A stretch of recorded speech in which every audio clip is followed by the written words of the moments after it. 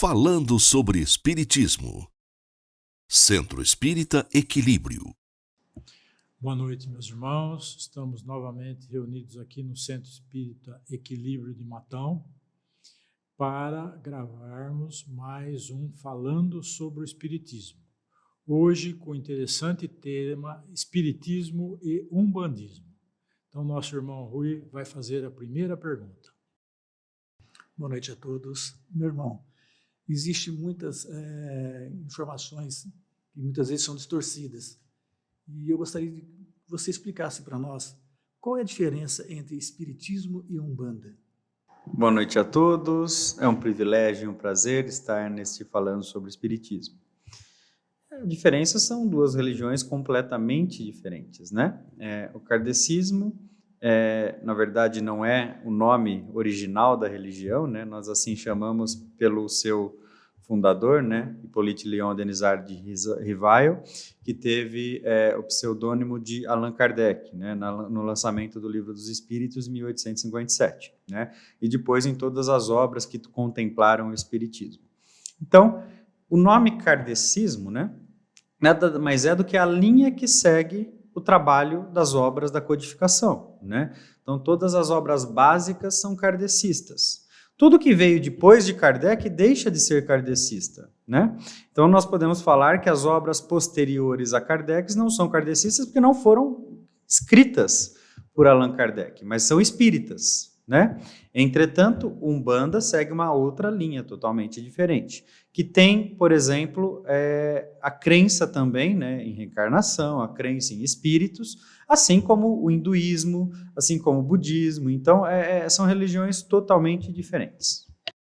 O Espiritismo tem um estudo, né, do livros da codificação de Kardec e se torna melhor para o conhecimento e entendimento sobre a vida espiritual. Agora eu pergunto, esses espíritos que comunicam nas casas espíritas, poderão ser espíritos também que comunicam no centro de Umbanda? Sim, os espíritos são os mesmos, eles pairam no plano espiritual e se comunicarão em médiuns e não em religiões, né? E não vejo como melhor ou pior, são linhas diferentes, né? Dentro da Umbanda você também tem os estudos da Umbanda, né? Eles chamam de Umbanda branca, enfim, tem diversos estudos de desenvolvimento. O kardecismo une filosofia, ciência e religião, adentrando na profundidade dos questionamentos de Allan Kardec, assim como a resposta dos espíritos e a continuidade, né? Outros escritores após Kardec seguiram a linha, né? Então, quando falamos em Chico Xavier, por exemplo, estamos falando de alguém que seguiu a mesma linha de raciocínio, né? Agora, sempre haverá diferenças, né, da codificação com as obras posteriores, pois são autores diferentes, é óbvio e racional que hajam diferenças entre elas. Irmão, eu gostaria de ver se você consegue me responder o porquê que as pessoas confundem tanto, né? Que são diferenças bastante acentuadas e as pessoas acabam confundindo muito o espiritismo com a Umbanda. A confusão é pela falta de conhecimento, né? Quando falamos em espíritos, muitas vezes nós generalizamos. Falou em espírito, então quer dizer que é algo sobrenatural, né? Isso muitas vezes afasta os adeptos, né? As pessoas têm medo, porque acreditam que existem aqueles folclores de incorporação, aquelas danças, enfim, não que esteja errado, mas confundem a religião espírita. O espírita sabe, né, o quão racional é a sua religião, né? O espiritismo ele é mais racional e tem menos ritual, por exemplo, que a Igreja Católica. São menos rituais, né? É algo extremamente embasado em estudo, em lógica, em raciocínio. Mas para isso é necessário conhecer, né, e frequentar. Por isso que muitas pessoas simpatizam, mas ainda temem. Os termos usados também muitas vezes assustam. Encarnação, reencarnação, expiação, são termos que levam à confusão mental do desconhecimento. É só o estudo que traz o esclarecimento. Meu irmão, o Espiritismo, na forma que Kardec codificou, a sua base é de 1857, quando o primeiro livro foi publicado, o Livro dos Espíritos. O médium, o fenômeno da mediunidade, eu imagino que sempre existiu no mundo, então ele não está ligado a uma religião específica. O umbandismo, a origem, eu acho que foi na África, isso veio trazido para o Brasil e deve ser muito anterior a isso. Por que às vezes, a gente também, em reuniões mediúnicas, no centro espírita, a gente recebe os que se consideram pretos velhos. Qual é essa diferença? Por que essa diferenciação? Como eu disse, é a crença de cada religião, né? Então, a denominação de preto velho, falange dos preto velhos, né? Os Exus, os orixás, né? Enfim, cada religião com a sua denominação, e cada linha com a sua denominação, nada mais são do que espíritos que se comunicam e simpatizam com esses nomes, mas são espíritos diferentes, né? Não são os mesmos espíritos, né? Então, é simplesmente uma forma de comunicação de acordo com a simpatia de cada ser. Prevalece, com pouco conhecimento que eu tenho, o espiritismo prega muito o amor, tá certo? A caridade. Isso também ocorre na Umbanda? Claro, né? Quando falamos em religião, estou levando em consideração as religiões cristãs, né? Aquelas que seguem Cristo, né? E sim, é pregado o amor, é pregado o desenvolvimento, a paz, assim como é pregado no kardecismo. O que não acontece, inclusive, no espiritismo, muitas vezes, é a prática e não é a pregação, né? Mas isso não é apenas na Umbanda, no espiritismo, em qualquer religião. A prática está distante ainda daquilo que pregamos. Então, seria, se analisarmos assim, é onde o médium, para o desenvolvimento da própria mediunidade, se afiniza e tem melhor facilidade em se comunicar. Então, seriam formas diferentes de, vamos dizer, desenvolver a mediunidade, tanto na Umbanda quanto no Espiritismo. Uma e outra coisa, tanto o médium que desenvolve nesta linha, quanto o espírito que também simpatiza com esta linha, né? Então, o espírito que se comunica permite que o médium não dê um nome a ele, dê sim o nome de uma linha, né? Mas são espíritos, muitas vezes, diferentes, que se comunicam e se denominam assim, né? Quando falamos em religiões diferentes, temos que entender que dentro da Umbanda também há diversas diferenças entre uma casa e outra, né? Assim como há no Espiritismo. Então, não existe uma regra. Irmão, gostaria de perguntar se o irmão conhece, por parte da Umbanda, um estudo aprofundado dos animais, como atualmente nós temos no Espiritismo, haja vista o questionamento que foi feito no Livro dos Espíritos, a obra interminável, sobre os animais. O Espiritismo é um dos percussores e protagonistas no estudo do tema animal, né?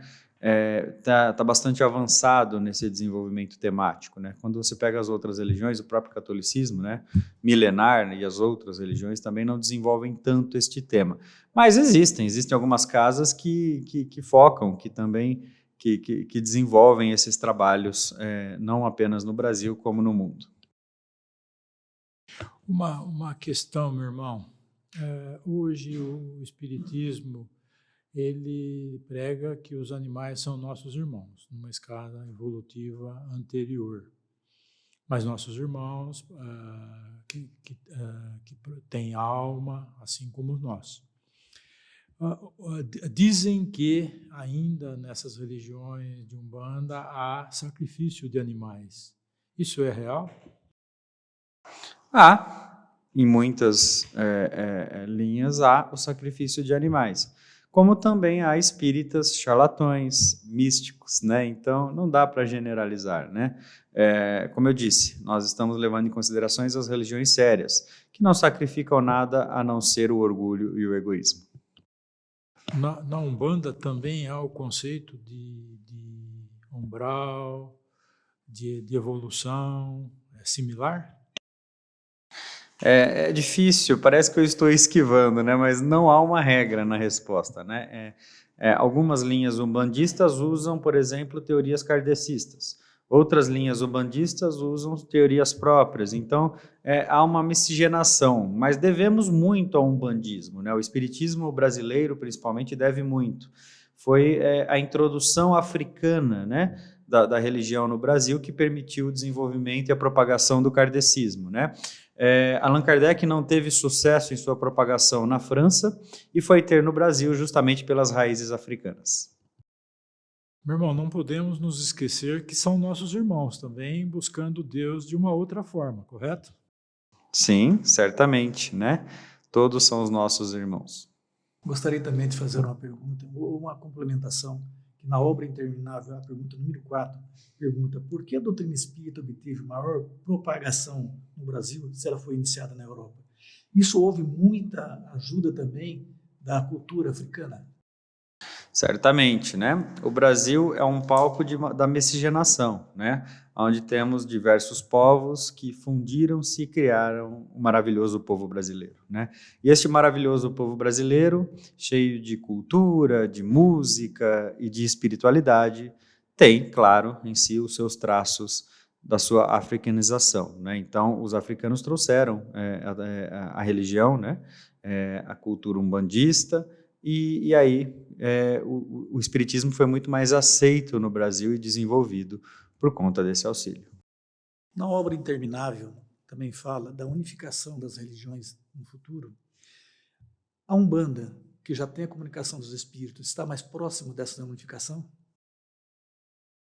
Eu não digo que as religiões estão próximas, o que estão próximos são as pessoas, né? Existem pessoas, por exemplo, que já têm o desenvolvimento intelectual e moral a ponto de não se preocuparem mais com a questão religiosa e sim com a causa, né?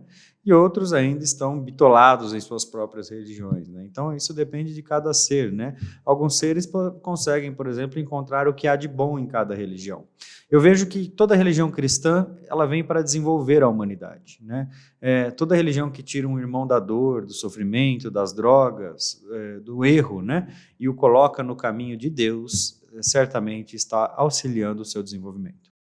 E para encerrarmos mais um falando sobre espiritismo, vamos entender que, independente da forma de professarmos a nossa fé, a nossa crença, que todos têm a sua importância e todos os caminhos que levam a Deus é o caminho a ser seguido.